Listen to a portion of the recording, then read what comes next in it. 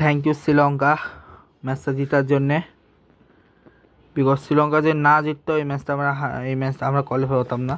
Thank you শ্রীলঙ্কাকে। 6 উইকেটে ম্যাচটা জিতে গেছে তারা 171, যেখানে নিশাঙ্কা প্রথমে আউট হয়ে যাওয়ার পরে মিশারাও আউট হয়ে গেছিলো, তারপরে প্যারারা 28, আশালঙ্কা 17, বাট এবারে কামিন্ডো মেন্ডিসকে নিয়ে কুশাল মেন্ডিস ম্যাচটা শেষ করেছে, মানে 2 মেন্ডিস ম্যাচ শেষ করে আসে। ভাই ছক্কা দেখো মাত্র 2টা, আর ওদের ছক্কা দেখাচ্ছি আমি। ওদের ছক্কা হচ্ছে কটা, 1, 6 আর 1, 7, 7 আর 1 আর 1, 9টা ছক্কা ওদের, ঠিক আছে।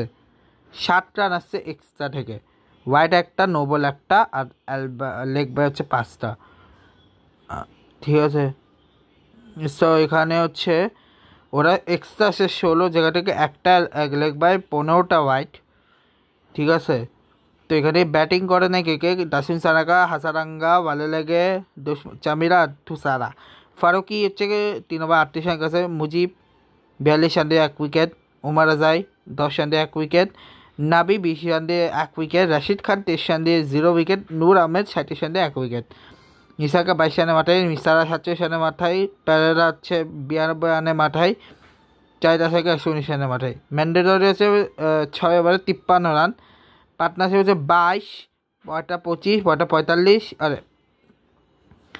পয়টা হচ্ছে আশালঙ্কা 27 নিয়ে, পয়টা হচ্ছে 27, পয়টা হচ্ছে 2 মেন্ডিসের 52 রান।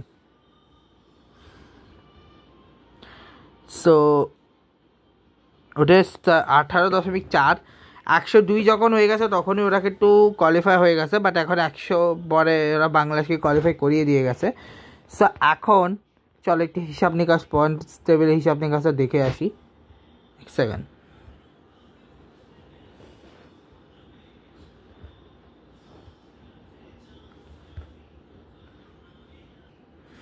সো এখন আমি যেটা দেখবো সেটা হচ্ছে points table of Asia cup. Asia কাপের পয়েন্টস টেবিল হিসাব করলে প্রতিটা টিম হয়ে গেছে, যেখানে ওমানের একটাই ম্যাচ আছে, সেটা ইন্ডিয়ার সাথে, যেটা ডেড ট্র্যাপার ম্যাচ, কারণ পুরো ম্যাচ শেষ, একটাই ম্যাচ, এটা দেখলেও যা না দেখলেও তা। আর বাংলাদেশ যদি এই ম্যাচটা যদি আফগানিস্তান জিততো না, কোয়ালিফাই হতো, বিকজ ওদের নেট রান রেট না অনেক ভালো, 1.241 ওদের নেট রান রেট। আর বাট ওদের কপাল খারাপ যে হেরে যেতে হলো আফগানিস্তান আর হংকং। সব থেকে স্ট্রং মনে এখানে আফগানিস্তান ছিল, আর এখানে তো দুটোই স্ট্রং টিম, বাট তাও বাংলাদেশ কোয়ালিফাই করে গেছে। সো ফার্স্ট কালকে হচ্ছে 19 তারিখ, কালকে হচ্ছে ইন্ডিয়া ওমানে ম্যাচ, এবং এরপরে 20 তারিখ হচ্ছে শ্রীলঙ্কা বাংলাদেশ, তারপরে 21 তারিখ হচ্ছে A1 A2 ইন্ডিয়া পাকিস্তান, এরপরে super 4-এর next match A2 B1 মানে শ্রীলঙ্কা ভার্সেস পাকিস্তান, তারপরে ম্যাচ হচ্ছে ইন্ডিয়া ভার্সেস বাংলাদেশ, তারপরে ম্যাচ হচ্ছে Bangladesh versus Pakistan, India versus Sri Lanka, ঠিক আছে।